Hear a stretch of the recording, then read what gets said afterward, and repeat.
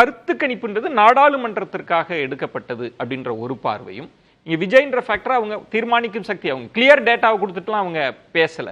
ஒருவேளை எல்லாம் ப்ராபபிலிட்டி தான், நம்ம அலைன்ஸை மாற்றி மாற்றி போடுறப்போ மணி அவர் சொன்னால் 2019 அலைன்ஸ் இருந்தாலே போதும், இது நாடாளுமன்றத்திற்கு தேர்தலுக்காக எடுக்கப்பட்டதுன்றது நீங்க எப்படி எடுத்துக்கிறீங்க?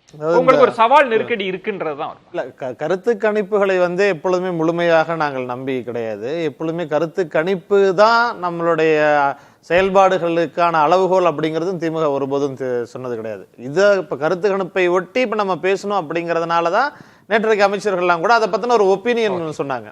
ஸோ இப்போ அதே தான் என்னுடைய கருத்துமே. மக்களினுடைய பார்வையில் இந்த கருத்து கணிப்பை பொறுத்த வரைக்கும், இன்னும் குறிப்பாக சி ஓட்டர்ஸ் பொறுத்த வரைக்கும், அவங்க நீங்க பேசும்பொழுது குறிப்பிட்ட சொன்னது போல தமிழ்நாட்டை கணிச்சிருக்கிறாங்க. தமிழ்நாட்டை கணிக்கிறது மட்டும் இல்ல, அந்த நிர்பந்தத்திற்கும் ஆளாகி இருக்கிறாங்க.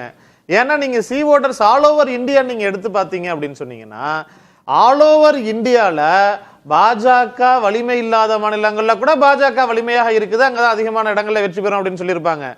தமிழ்நாட்டை நீங்க எடுத்துக்கிட்டீங்கன்னா கூட பாஜகவினுடைய வாக்கு வங்கி உயர்ந்திருக்குதுன்னு சொல்லுவாங்களே தவிர எவ்வளவு சீட்டு அவங்க ஜெயிப்பாங்க அப்படின்னு சொல்ல மாட்டாங்க. ஏன்னா இங்க உங்களால இன்டாக்டா சொல்ல முடியாது, இவ்வளவு அறுதிட்டு சொல்ல முடியாது உங்களால. ஏன்னா தமிழ்நாட்டுல நீங்க சொன்னீங்கன்னா உங்களுடைய கணிப்புகள் அத்தனையுமே பொய் அப்படிங்கிறது தெரிஞ்சு போயிடும். இப்ப கூட தேர்தலுக்கு 2019 நாடாளுமன்ற தேர்தலாக இருக்கட்டும், 2024 நாடாளுமன்ற தேர்தலாக இருக்கட்டும், அல்லது இப்ப வெளில வந்ததா இருக்கட்டும், பாஜகவிற்கு தான் சாதகமா தான் அது இருக்கும். கருத்து கணிப்புகள் சி ஓட்டர்ஸ் மட்டும் கிடையாது, இந்தியாவில் 2014க்கு பிறகு வெளியாகக்கூடிய எல்லா கருத்து கணிப்புகளும் பாஜகவிற்கு சாதகமா தான் இருக்கும்.